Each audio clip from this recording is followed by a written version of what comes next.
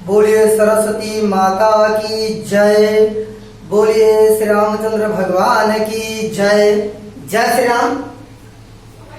आइए आज हम सभी लोग चर्चा करते हैं काइंड्स ऑफ सेंटेंसेज।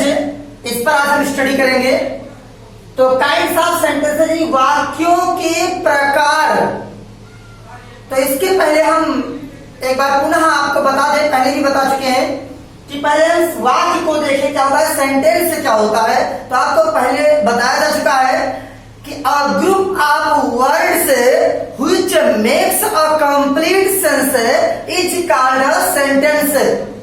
यानी शब्दों का ऐसा समूह जो पूर्णतया अर्थ देता हो वाक्य कहलाता है। जैसे लिखा ही रन्स ऑन द रोड, इसमें 1 2 3 4 5 वर्ड हुए और इन पांचों वर्ड को मिला करके एक अर्थ भी निकल रहा है, वह सड़क पर दौड़ता है। यहाँ का क्या हुआ, सेंटेंस हुआ। तो आपने जाना कि शब्दों के सार्थक समूह को सेंटेंस कहते हैं। अब आगे देखेंगे सेंटेंस के काइंड्स यानी प्रकार कितने होते हैं। How many kinds of sentence, तो आपको पता होना चाहिए there are 5 kinds of sentences. वाक्यों के 5 प्रकार होते हैं। Assertive sentence, interrogative sentence, imperative sentence, exclamatory sentence और ऑप्टेटिव सेंटेंस। ये 5 होते हैं। कौन? असर्टिव, इंट्रोगेटिव, इंपरेटिव, एक्सक्लेमेटरी और ऑप्टेटिव। ये 5 प्रकार के सेंटेंस होते हैं। आइए हम एक एक करके इनको जानते हैं। सबसे पहले आपका लिखा हुआ असर्टिव सेंटेंस। असर्टिव सेंटेंस वह होता है जिसमें किसी व्यक्ति के द्वारा कोई साधारण सा कथन कह दिया जाए, साधारण सी बात कह दी जाए, वह आपका असर्टिव सेंटेंस होता है। इसे हम साधारण वाक्य भी कहते हैं और असर्टिव सेंटेंस को स्टेटमेंट के नाम से भी जानते हैं। ये असर्टिव सेंटेंस के भी 2 हैं। ये दो प्रकार के होते हैं, अफर्मेटिव सेंटेंस और नेगेटिव सेंटेंस। अब अफर्मेटिव क्या है और नेगेटिव क्या है विद्यार्थियों? अफर्मेटिव सेंटेंस वह होता है जिसे हिंदी में कहते हैं स्वीकारात्मक वाक्य। इसे पॉजिटिव सेंटेंस भी कहते हैं। यानी वह वाक्य जिसमें किसी की बात को स्वीकार कर लिया जाए सामान्य तौर पर, उसे हम कहते हैं अफर्मेटिव सेंटेंस। और नेगेटिव सेंटेंस वह होता है जिसमें किसी की बात को स्वीकार न किया जाए बल्कि नकार दिया जाए, वो नेगेटिव सेंटेंस है। यानी हिंदी में सिर्फ नकारात्मक वाक्य कहते हैं। नकारात्मक का मतलब होता है किसी भी चीज को नकार देना, उसे स्वीकार न करना।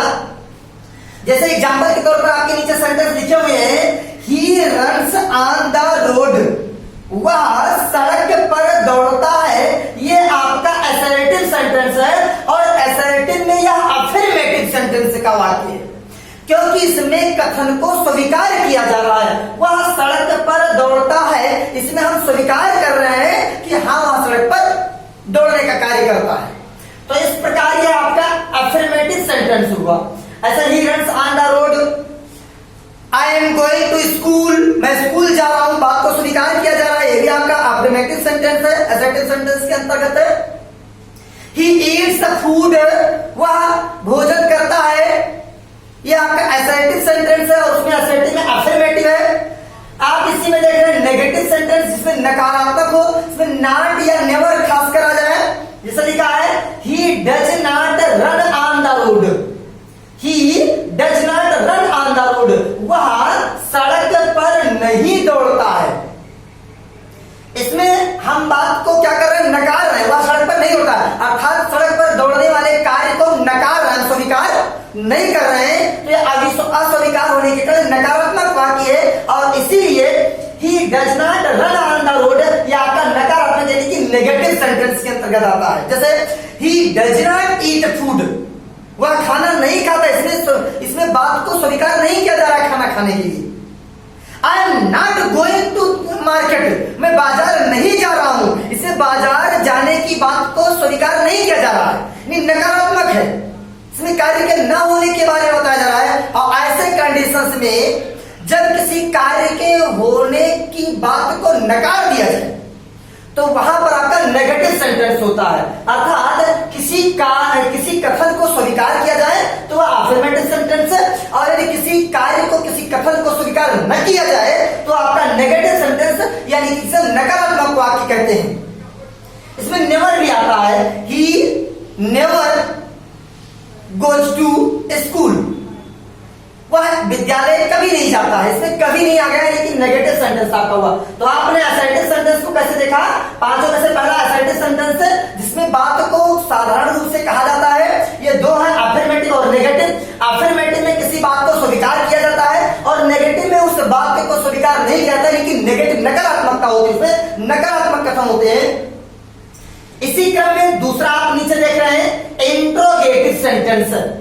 अब इंट्रोगेटिव सेंटेंस क्या होता है? इंट्रोगेटिव सेंटेंस वह सेंटेंस होता है जिसमें प्रश्न पूछने का भावबोध हो रहा हो, अर्थात ऐसा वाक्य है जिससे यह लगे कि प्रश्न पूछा जा रहा है, वह आपका इंट्रोगेटिव सेंटेंस होता है। सामान्यतः दो प्रकार के प्रश्न किए जाते हैं, दो प्रकार के इंट्रोगेटिव सेंटेंस होते हैं। एक होता है एस नो टाइप क्वेश्चंस और एक होता है WH type questions. Yes no type questions की शुरुआत खास तौर पर हेल्पिंग वर्ब से होती है, is, am, are, was, were, has, have, had, can, could, may, might इत्यादि। इन हेल्पिंग वर्ब से जिन वाक्यों की शुरुआत होती है साधारणतः वह इंट्रोगेटिव सेंटेंस में एस नो टाइप क्वेश्चंस माने जाते हैं। जैसे लिखा है can you drive a car, क्या आप एक कार चला सकते हैं? अब आप उत्तर दे सकते हैं, ये चला सकते हैं तो कहेंगे यस, नहीं चला सकते तो आप कह देंगे नो। यानी इसके उत्तर में आप एस और नो कह करके आप उसका आंसर दे सकते हैं उस क्वेश्चन का। तो और दूसरा होता है WH टाइप क्वेश्चन, यानी जिस वाक्य की शुरुआत खासकर why, when, what, where, how इन शब्दों से हो, ये आपके WH टाइप क्वेश्चंस कहे जाते हैं। आप नीचे देख रहे हैं can you drive a car, क्या आप एक कार चला सकते हैं? इसका उत्तर आप एस या नो में दे सकते हैं। यह आपका एस नो टाइप क्वेश्चन हुआ। Have you written an essay, क्या तुमने एक एसे लिख लिया है? क्या तुमने एक एसे, एक निबंध लिखा है? इसमें आपका अगर लिखा है आपने तो कहेंगे एस, नहीं लिखा तो आप कहेंगे नो, यानी एस नो इसके आंसर को आप दे सकते हैं। तो कैन, हैव, ये दोनों हेल्पिंग वर्ब है, इसीलिए हम एस नो टाइप क्वेश्चंस के नाम से जानते हैं।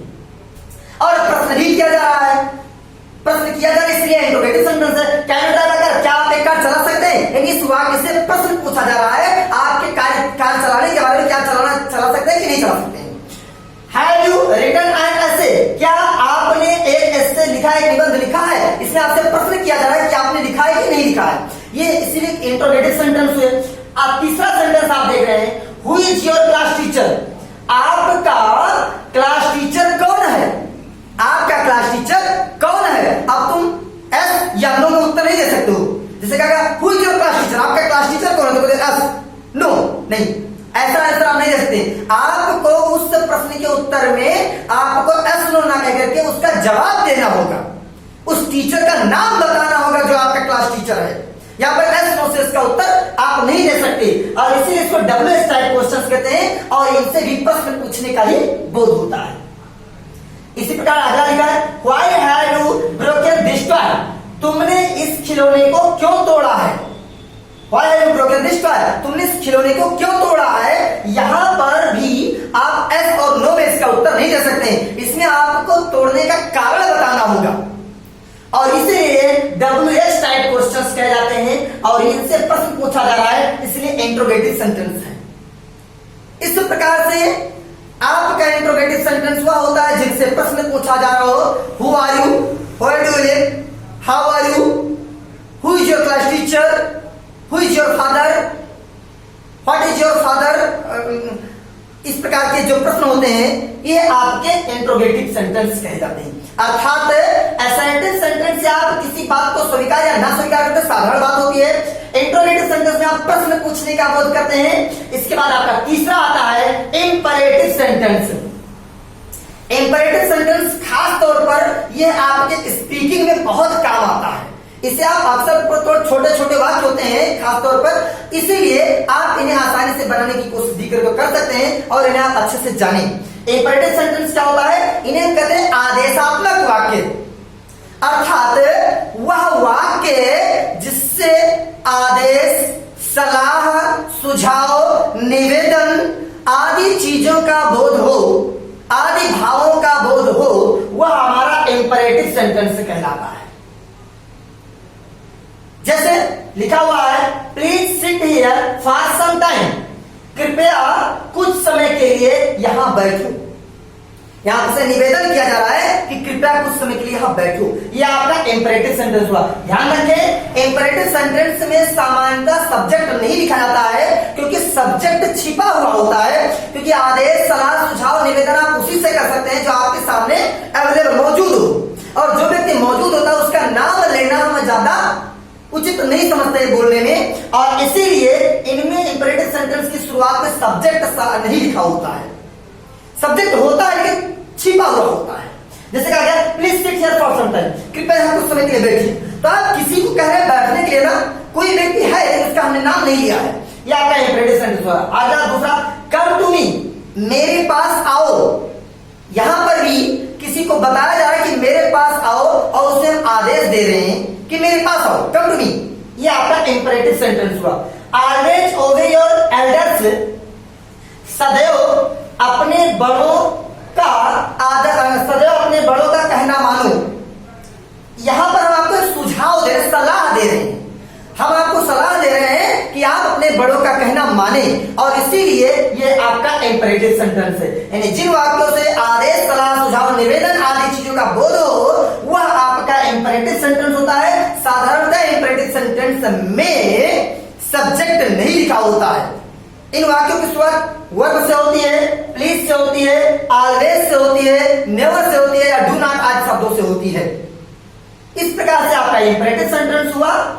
जैसे तमाम वाक्य कह सकते हैं, come here, don't go to the market, obey your teachers, don't run in the sun, इत्यादि वाक्य। हम इस प्रकार से इसको इंपरेटिव सेंटेंस कहते हैं। और इसके बाद का सेंटेंस हम देखते हैं,